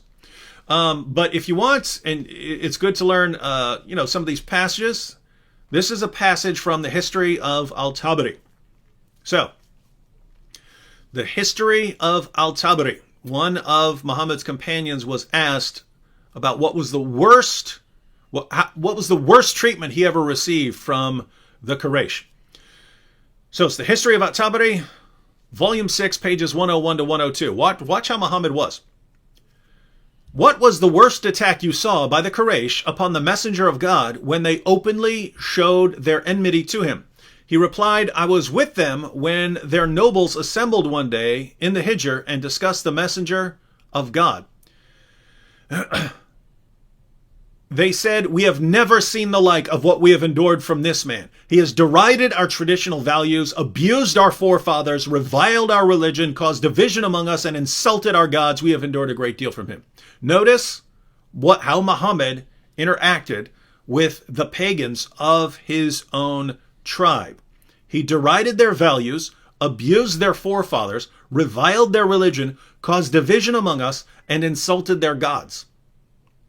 So if your friend thinks it's wrong and immoral to do that sort of thing, great. He just condemned his own prophet. And you can ask, why are you so hypocritical? Your prophet's going around doing way worse than me simply talking about your prophet, and yet that you think it's perfectly fine. So do you think there are two different standards, is what you ask? So are you telling me there's two different standards, that I have to sit here and your religion can constantly attack and insult me and my beliefs, and I just have to keep my mouth shut? Whereas I'm not allowed to so much as question anything you say, because it sounds like you're advocating for some sort of system where you're superior and everyone else is inferior and everyone has to do what you want them to do. And that's telling me a lot about your religion, actually. And that's making me very, very concerned about your religion. So I'd go about it that way. But yeah, don't let people get away with it if they're telling you you don't get to talk about Muhammad. Muslims have gotten away with that for 14 centuries because Muslims were generally in a certain part of the world, and they would chop your head off for criticizing Muhammad. We're not in that position here. So they need to understand you guys don't get to continue operating by those rules where we have to keep our mouths shut about your prophet. You have the most obvious false prophet in history. He did some of the sickest, stupidest stuff I've ever even heard of anyone doing. And if anyone deserves to be mocked, it's your prophet. So you need to take it. You need to man up. You need to man up. If your prophet didn't want us making fun of him, he shouldn't have done all the horrible stuff he did. All right. Anything you wanted to, you have any thoughts on that? No, I think you covered it. All right. Well, I guess we could, we should probably, Should probably check the super chats over here. All right, guys, we're going to check the super chats. Going to respond to the super chats, and then we're going to cut out. But we should be back tomorrow night, right? Yeah. We'll be back. We'll be back live again tomorrow night. In fact, if you guys have a specific topic that you'd like us to cover for tomorrow, let us know. Not in the chat, because we're not. I'll check the comments later. So after this is over, leave a comment in the comments if you got a specific topic you'd like us to address tomorrow, and we'll check it out. All right, let's check out some of the super chats. Probably won't get through all of these because we got work to do. We're here to work, not sit around doing nothing, which is what Anthony's trying to do. He's trying to just go live the entire time. Marilyn Murphy says, if Allah is the best of deceivers, then no one in their right mind would pay heed to anything he says. Yeah, but believe it or not, some of the early Muslims started to realize that, right? So they realized you've got Allah in the Quran constantly bragging about being the best of deceivers. And so the result was that Abu Bakr, Muhammad's closest companion, said, if I had one foot in paradise, I would still fear Allah's deception. Notice, that was someone who realized what sort of God he's serving. He's serving an omnipotent deceiver. And that means that deceiver could be lying and tricking you about anything, even going to paradise. He could just be tricking you. Notice, Abu Bakr was one of the few people who were guaranteed to go to paradise by Muhammad himself. So Abu Bakr was thinking, Allah might even be deceiving me through Muhammad. And so that's someone who finally understood what sort of God he was dealing with. So yeah, certainly difficult to trust a God who's like that. And notice the incredible epistemological problem that creates. Just take the verse we were thinking of, Surah 30:27. We've pointed out that it's a problem. It exposes that Allah is not omnipotent, omniscient, and immutable. Right? He doesn't have all power, isn't all wise, isn't unchanging. But maybe that incompetence and everything else is part of Allah's trick, right? Maybe he wants to communicate that. Mm-hmm. In which case, I mean, that's not a better position for things to be in. But my point is, it just throws everything into this incredible confusion, right? You can't tell if his blunder is really intentional. So when is he telling the truth or not telling the truth? That's just never going to be a possibility you can see through. If Allah is an omnipotent deceiver, but the other thing is, I mean, he boasts about being the greatest deceiver, but I don't know if he even pulls that off, the best, because again, he's trying in this verse to say that he is all powerful, but he ends up saying he's not. Mm-hmm. Right, so he's not the best deceiver. He ends up. I mean, he might be the most willing to deceive, the most desperate, the most anxious to deceive. He might sincerely want to be the best, but I think he proves himself pretty incompetent because he blows it all the time. Yeah, who blows it more often than Allah? Yeah, he is pretty bad. I actually want to. I've got for Ramadan. I'm basically getting all these comments of Muslims just pretty much begging me to stop going after their God. It's like, too late, guys, too late. You could have been nice earlier on, years ago, but you don't get to start begging just when I start, finally just completely wrecking your prophet on a daily basis. But they're asking what my problem is, and one of the things I want to say is, I open up your Quran and it says Allah's the best of deceivers. And I think, okay, that makes sense. But then Muslims tell me it actually means best of plotters. He's the best of people who plot, right? And see, that's why he annoys me, and that's why I got to come after him, because he's not the best of plotters. I'm the best of plotters. He's trying to steal my thunder, right? You got to understand. You Muslims who are running around saying Allah's the best of plotters. No, he's not. Look at how much I wreck him. Come on. All right. Let's see. Eric Brown says, I was taking a nap. I started reading it. I might as well finish.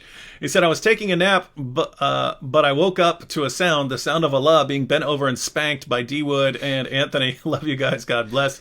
We got Cheryl R. and Apple Joe with the super stickers. So this reminds me, I was talking with some people the other day about Martin Luther. Mm-hmm. And if you know anything about Luther, he was a guy who had incredible wit. In fact, I think he was savage. Yeah, you'd love reading certain things. And he was just witty all around, witty when it came to any subject. So if he was ridiculing a stupid belief, one of the things that really irked Luther was the sale of indulgences. He thought that corrupt people were preying upon poor souls, right? And trying, Tetzel was going around, Johann Tetzel, going around Germany and other places, trying to sell forgiveness, sell time off in purgatory, and he would come up with these jingles like, every time a coin in the pitcher rings, a soul from purgatory springs. It's one of the catchy tunes that he would sing. And Luther switched that up. He says every coin in the pitcher, the Pope gets richer and richer. but Luther, there's this quote that always sticks with me, and that comment just reminded me of it. Luther, whenever he was sick, he always thought he was going to die, right? So he said one of the, and I hope everybody they've got their ears ready. This is not too crude, but it's a little graphic in the description. But he said. He says, the world is like he says, I am like a ripe stool, and the world is like a gigantic anus, and we are about to depart. Or it's I'm about to depart. Yeah, it's about to let me loose or something. It's about to shoot me out. The earth's about to roll some logs. The earth's about to heave a Havana. Nick Tam said, as Surah 2:106 is about abrogation, how can anyone be sure about the Quran being fully correct with the tablet in heaven? Maybe it has already been abrogated. Any thoughts on that? Well, supposedly the doctrine of abrogation refers to commands. So, and the problem here is some of the commands that were abrogated were taken out of the Quran. Like Muslims will say that the command to breastfeed grown men in order to do away with any sort of sexual attraction between the man and the woman, that was abrogated, and that's why it was taken out. Well, you've got other verses in the Quran which were abrogated, and they're still in the Quran. So who's deciding which gets taken out of which abrogated verses get taken out of the Quran, and which abrogated verses stay in the Quran? And notice, if you have abrogated verses that are taken out of the Quran, then the Quran that we have right now does not match the eternal Quran, the tablet in heaven. So Muslims have a defective copy of that. And you'd have to say that the eternal Quran in heaven, the eternal tablet, which has all the abrogated verses in it, it's a copy of the Quran that just contains contradictions. It contains contradictory commands telling you different things to do. So once again, it's a problem no matter what you do. No matter which direction you go, you got a problem. Yeah, and one other thing. Although when Muslims try to define the doctrine of abrogation, you might have noticed that David stated it technically. He says, in theory, it's only commands that are abrogated. And the reason he stressed that, although he wasn't, the point wasn't to go into that, but you stress that because you know as well as I do that it also affects doctrinal issues. Yep. So they claim that it's just him changing commands because it sounds better to say that Allah changed what was required at one time as opposed to another than it does to say... And that would make sense. You're a person in these circumstances. Yeah. You're a person in these circumstances, and so later people who are in different circumstances, I can always change the rule for them. But it doesn't make sense if he's changing historical claims or theological claims or something like that, which aren't based on that. And so it's got to be commands, and yet it's not commands. Yeah, it's not just commands. And it's all kinds of stuff. Even in the area of commands, you can see how some commands, but just like we do with our children, right? Like maybe when they're younger, we say they have to be in at 5. Right, before it gets dark. And then as they get older, they get more privileges. And that has to do with issues of maturity and safety and, I mean, just all sorts of issues, right? Mm-hmm. It's not that the morality of something is changing. It's other factors that make this now an okay situation. But it's not like Allah can say murder is okay at one time and not at another without that being a problem. Because now you're talking about fundamental morality here, right? But in fact, even the commands involve theological or doctrinal issues. You just can't escape it. For example, one of the things you have, if you don't have a doctrine of abrogation, you have contradictions in the Quran, more than you already have, right? Right? You have to have a doctrine of abrogation, or else you're left with all these contradictions. So, but by the way, side note, what's funny is if you look at the historical background of the verses on abrogation, it's that people started making fun of Muhammad for changing his revelations. So Muhammad's getting these revelations, and they're changing, and people eventually start noticing, and they actually are making fun of the Muslims, saying, your prophet says one thing, and then the next day tells you something else. What a joke. And that's when the revelation comes down. Oh yes, I got a revelation. The revelation is saying that Allah can change his revelations because he keeps bringing better stuff. Just keeps bringing something better to replace it. And so, yeah. Yeah, so one thing I'm thinking of is in Surah 4, and I want to do a video on this tomorrow or whenever we do it, but in Surah 4, you have a statement. One of the things that's incredible, because of the method of compiling the Quran and how Muhammad did things, a lot of times the verse that's... sometimes when one verse abrogates something, it's found in an entirely different surah. Other times it's found in the same surah. Sometimes it's found in a verse prior to the verse that's being abrogated. It just results in this incredible confusion. So in Surah 4, though, as an example, you have one verse saying that Allah won't forgive people who delay repentance until death, right? Meaning they wait until they're about to die and then they repent. So that's unforgivable, delayed repentance. The other thing it says is it's unforgivable if a person is a disbeliever, dies as a disbeliever.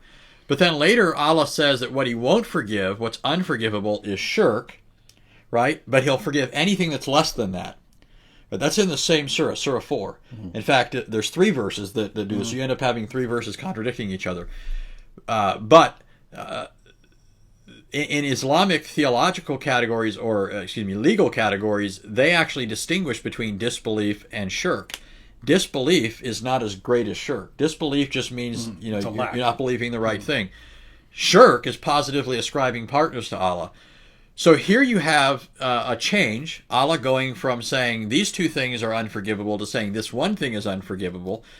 But notice what it involves. It involves issues of theology, right? It's not like these are theologically neutral things, which assumes that theology has somehow changed. But how can that be, right? Unless the underlying theology changes, Allah changes or something like that.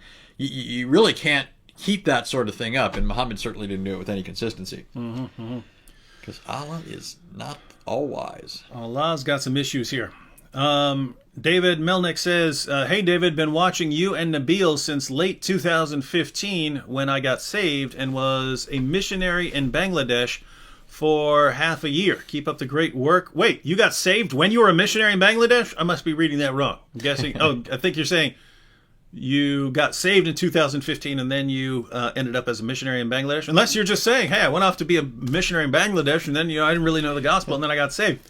There's an old story of a famous Puritan who, and if you know anything about Puritans, they were pretty rigorous. Their logical analysis of things, and they were powerful in their preaching and so forth. Sometimes they get a bad rap. Some were a little extreme, but there's a story of this preacher who he prepares his sermon, and while he preaches it, he's converted. He actually records that he was converted through his own preaching. It's like it suddenly hit him what he's talking about. That's funny. It's like Dan Wallace taught himself Greek. Yeah, from his own book. Yeah, from his own books. Yeah, guys. Dan, he had an Allah moment. Yeah, Dan. Matter of fact, that might be a good video. Him, Dan Wallace, and Allah. So Dan Wallace is a famous Greek New Testament scholar, and he had learned Greek until he was the one writing the textbooks on New Testament Greek, and then he had some sort of brain infection that wiped out his memories of certain types of things, and he just completely lost all his knowledge of Greek. So he used his own books to teach himself Greek again, and then became, That's incredible to me. Yeah. He became a Greek scholar twice. Now, maybe there were some. He probably had a natural ability. Yeah, probably has good natural ability. But still, that's just incredible to me. Impressive. They used his textbook, one of the textbooks we used for Greek in seminary, and I read it all the time because it takes a while to get certain things down. Mm-hmm. And I'm thinking, here's this guy who has mastered the language twice, and I have to keep reading and rereading and rereading his stuff, and I'm just sort of like incrementally moving along with things, whereas he has, bit the whole thing off. Mm-hmm. Rachel Diaz says, I'm a Christian. I'm going to look into buying a Quran. Which one is the best translation? Which one would you guys recommend? Thank you for your work. That's going to depend, Rachel. If you're interested in apologetics dealing with Islam, I would not recommend starting with the Quran. And the reason is I've seen too many people give up. The Quran is just too boring. It's too hard to read, and so they give up studying.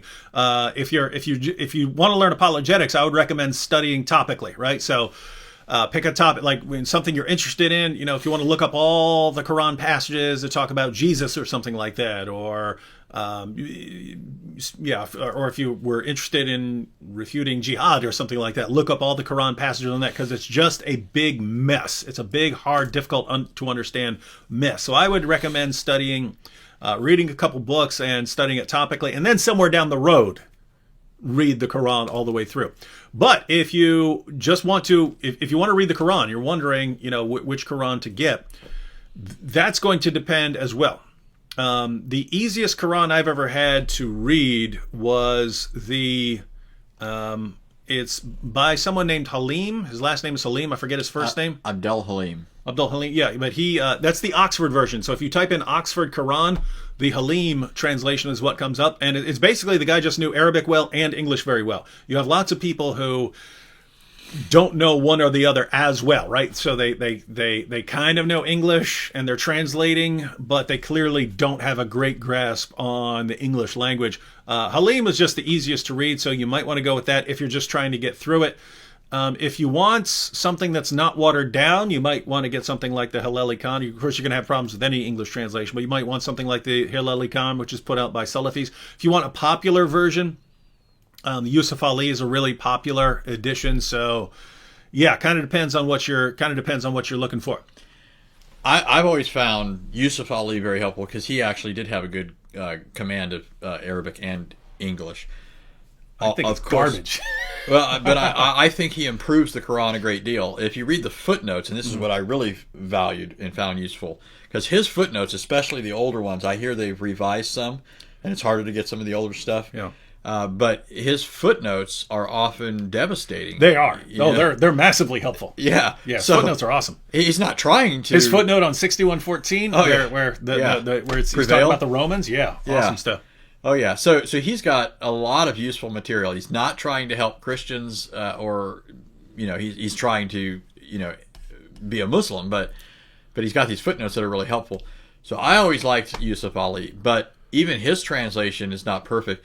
One thing that shows you just how terrible the Quran is you mentioned the Halali Khan version. You've seen all the words in brackets. Yeah, it's pretty rough. In fact, there's a funny story here. In the Bible, sometimes you'll see words that are in parentheses, and that just means that that's a parenthetical thought that was in the text, right? Mm-hmm. The author wrote those words, right? But Muslims, when they read translations of the Quran, there are all these words in brackets or parentheses, and it doesn't mean that those words are part of the Quran, but are a parenthetical aside of the author. That's something that's being added by the translator because the Quran is otherwise unintelligible gibberish, right? Mm-hmm.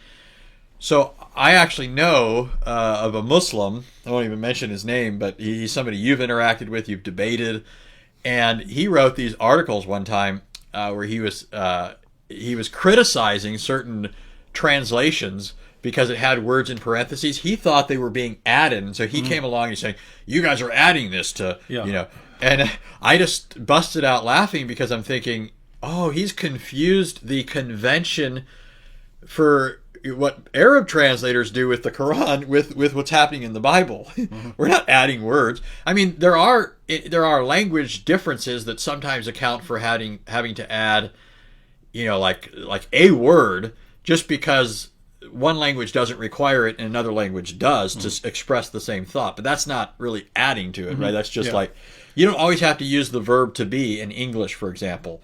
Anybody reading it. In fact, I was working with my son on Latin the other day, and I'm not proficient in Latin, but I had a little bit of Latin, so I'm trying to get him started, and then I'm going to hand him off to somebody who's more competent than me. But we were running across these lines in Latin, and I'm thinking, wait, where's the verb at? And then I realized they have a verb in Latin, but it's not required in every sentence. Native Latin speakers will realize where that's happening. So if you express it in English, though, you're going to have to put the verb in there, is or whatever, John is tall or something.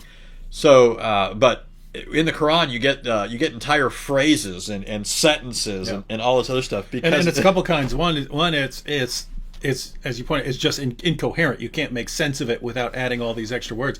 But then you have these moral changes, right? Like Surah 4, Surah 4 verse 34 says, "Beat them," and so Yusuf Ali puts in parentheses, "lightly." Just to be clear, you want to beat them lightly. Yeah. So lightly that it leaves their skin turns green. Yeah, it's okay if their skin turns green. Just make sure you don't beat them more than that. One thing I saw the other day, I was looking at a commentary on Surah 4, and the commentator was trying to account for it, and of course they also have to add, by the way, that this is stages. Yeah, it doesn't literally express that this is. Yeah. And in fact, if it has to be stages, then you can condemn Muhammad, because when Aisha got out of line, he went and popped her right in the chest. He didn't warn her and then banish her to a separate. And by the way, have you ever thought about this? Is kind of an aside, but have you ever thought about what was going on? I mean, the details of it is that he goes out and then she follows him. But he's why supposedly praying for relief from the punishment of the grave for someone, but there is the issue of she doesn't trust this dude. Yeah, she doesn't trust this dude. That's what I'm thinking. Yeah. She's like, what's he up to? Yeah. And by the way, you just brought up another. This is another thing that Muhammad learned from the Jews. One day, I don't have the hadith in front of me, but one day a Jewish woman was talking with Aisha. And during the conversation, as they're parting, the Jewish woman kind of, blesses her in a certain way. She says, "May Allah protect you from the punishment of the grave," meaning may your time in the grave be peaceful. And it says, the hadith says that Aisha was frightened. So Muhammad comes in, and Aisha asks him about it. And she says, "Is there punishment in the grave?" And he goes, "No, there isn't. Who told you that?" Basically. And then Muhammad goes out. And guess what?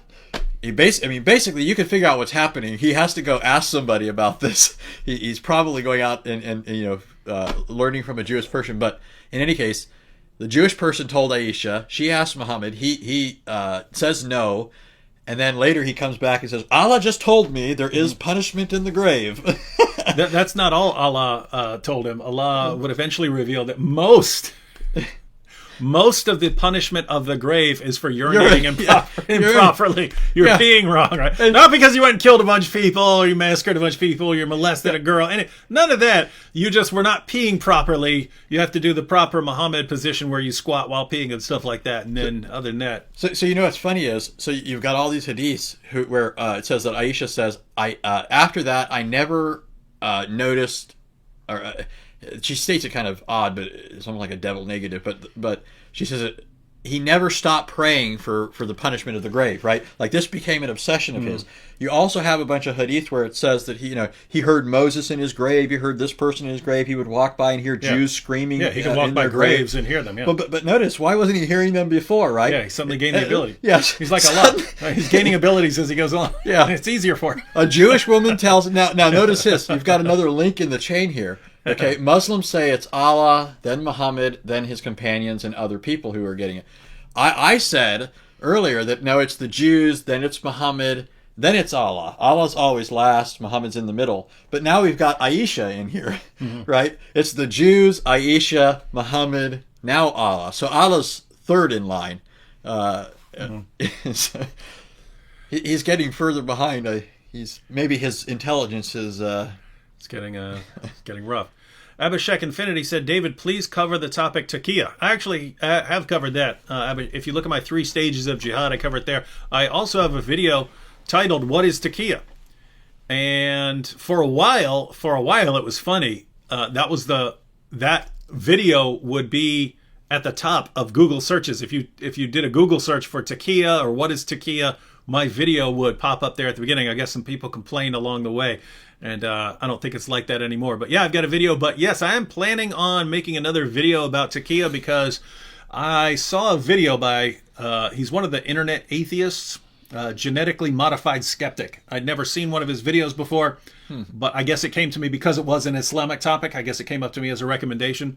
But he was explaining taqiyya, and he makes an important point. He gets a little bit right, but he's messing up. So probably gonna make a video titled something like "What Genetically Modified Skeptic Gets Right and Wrong About Taqiyya." So I'll have to clarify that again. All right, we got to cut out here, but a couple more super chat comments. Riaz Qureshi says, more boom boom room, please. Thank you. You guys are the best. Greg C. with the super sticker. Gerhard Peter said, hey, David, here's my project that I started to gather comments of Muslims leaving Islam from your YouTube videos. DavidHelpsMuslims.com. Welcome your feedback. So apparently Gerhard is collecting comments about Muslims who are leaving Islam after watching my videos. And I pointed out in a recent video that I used to do that. I used to take screenshots of the comments from Muslims who had left Islam and either become Christians or atheists. They usually become Christians or atheists or agnostics, something like that. So I would take pictures of them and post them, but it's just too time consuming to go through all of the comments. So a couple days ago, I posted, 10 or so that were just, I just went through the comments on a couple recent videos and took screenshots. But yeah, so a lot of people were saying they're basically saying you need to do it anyway, David, because it's so encouraging to see how many Muslims are leaving Islam. So they're kind of telling me dedicate the time to it anyway, but I just don't have the time to go through all the comments. So it's cool if that's what other people want to do. But I will occasionally post post 8 or 10 or so, something like that. When I see a bunch at once, I'll just take a bunch of screenshots and share those. All right. Well, we had a lot more super chats, but we need to get off here because we have some work to get to. And so we're going to get to it. Should have another video up tomorrow. We'll be recording Anthony, and Lord willing, we will be live again. Share your comments in the comments section on what you'd like us to cover tomorrow. We'll try to pick a good one. Any final thoughts, Anthony? No. I was going to say real quick though, when you do those videos, I think it's helpful also in addressing the people who criticize the method, right, of using mockery where it's appropriate, wit, and so forth. That's what often gets many Muslims to listen. It ropes them in. That's what hooks them, right? And then they end up saying that themselves, right? Yeah. You remember they say I was mad at you at first, but then you remember that years ago. I was talking with somebody that was criticizing your method. Yeah, and they were opposing it with somebody else. They used somebody else as an example and said, "Look at the way this person does it," right? And I said, well, how does that prove this method better? All you're doing is saying he does it differently, right? But you're saying that what he's doing is wrong. We don't have any criticism of this over here, right? How this is being done. But what you're doing is you're saying they're two different methods, but it's just arbitrary to say this one's right and this one isn't right unless you've got some reason. And then his reasoning was, well, people like this guy. And I'm thinking, well, that's not a very good reason, right? Our goal isn't to be liked, and Jesus wasn't liked by a lot of people. So, what if we take this person and set him next to Jesus? Now, what are you going to say, right? You're going to say this person's method's better than Jesus, who ended up being crucified, and then the person said, no, of course not. So then, what they tried to say is this person's method is more effective. He didn't say. He didn't make that claim exactly, but what he said is this one, is basically orchestrated, it will, that's what it will result in, right? It'll be more effective. And I said, well, if that's the case, and you got to account for why David's got, he has millions and millions of views. This is catching people's attention. Nobody's watching this for some reason, right? Yeah, I always invite people. I say, if you think you've got a better way of doing it, because I think you can have all kinds of different ways of doing stuff, because there are all kinds of different kinds of Muslims. But if you really think, oh, David, if you did it this way, then it would be so much better. My response is usually, well, go do it that way. Yeah. Then come back. Then come back when you can say, you see how well this works. Yeah, and you're not going to say if they have less numbers, of people saying they converted or whatever, or if they have more, you're not going to, your response will be praise the Lord. I mean, there's sarcasm, there's wit, there's all this other stuff that you do. But at the end of the day, you're not going to be like. My only thought is, if you say my way is, because I don't go around doing that. I don't go around to people saying you need to do it my way. I tell most people don't do it my way, right? Yeah. So I don't go around telling everyone else they need to do it my way. But when you specifically say, David, you're doing it wrong, here's a better way to do it, I want to know what your evidence is for thinking that is an actual better way, and they never have any basis for saying it. Yeah. So what this person did was, first of all, he tried to point to the large numbers that this person was getting in terms of views, and I said, David trumps that any day of the week. Now remember, I'm not saying this justifies your method. Yeah. Right? I'm just saying, if that's your criteria for why it's wrong, what that person was saying. It doesn't make any sense. And then he said, well, this just turns people away and that sort of thing. And I said, have you seen these videos? I sent the videos that you did a long time ago of people cursing you one week or threatening to cut off your head 1 month, and then later attributing your video as the what prodded them and got them thinking about Islam. And in many cases, they even came to Christ, right? Because, there's 2 steps to this. They got to leave Islam, they got to come to Christ. Some do come to Christ, some only leave Islam. But in either case, it's a blessing to the world, right? You reduce the number of potential terrorists. So anyway, what I'll just call this person Mr. X, but it's one of my favorite lines ever. I remember it. This person said, you have to know your Bible to catch this. This person said, he's appealing to numbers and effectiveness. If this method results in more people converting, then it's better. And he's apparently unaware of how many people are being converted through the method that David's employing. And so I said, I don't know what you're talking about. I gave him all these videos of these people saying they converted through this. And I said, David has slain his I said, Mr. X. Person X has slain his thousands, but David his tens of thousands. Now, for those of you who don't know, that's in the Bible. Yeah, that goes back to the Old Testament. Remember, Saul was king, and then David, in his various exploits on behalf of Israel, had been very effective in battle in defeating Israel's enemies. And so even though David wasn't king at that time, the people started chanting, Saul has slain his thousands, but David his tens of thousands. And Saul was just, incredibly incensed when he heard that. Yeah, and those conversations normally go, David, this will never work. You're just going to drive Muslims away. I go, you obviously haven't been paying attention, because here are all these tons of Muslims who left Islam. And they say, yeah, but it's unbiblical. And I show them a bunch of stuff in the Bible where they were coming out blasting. And then it goes back to, yeah, but it would work. It would work better if you did it this way. And then it's, okay, first you go show me.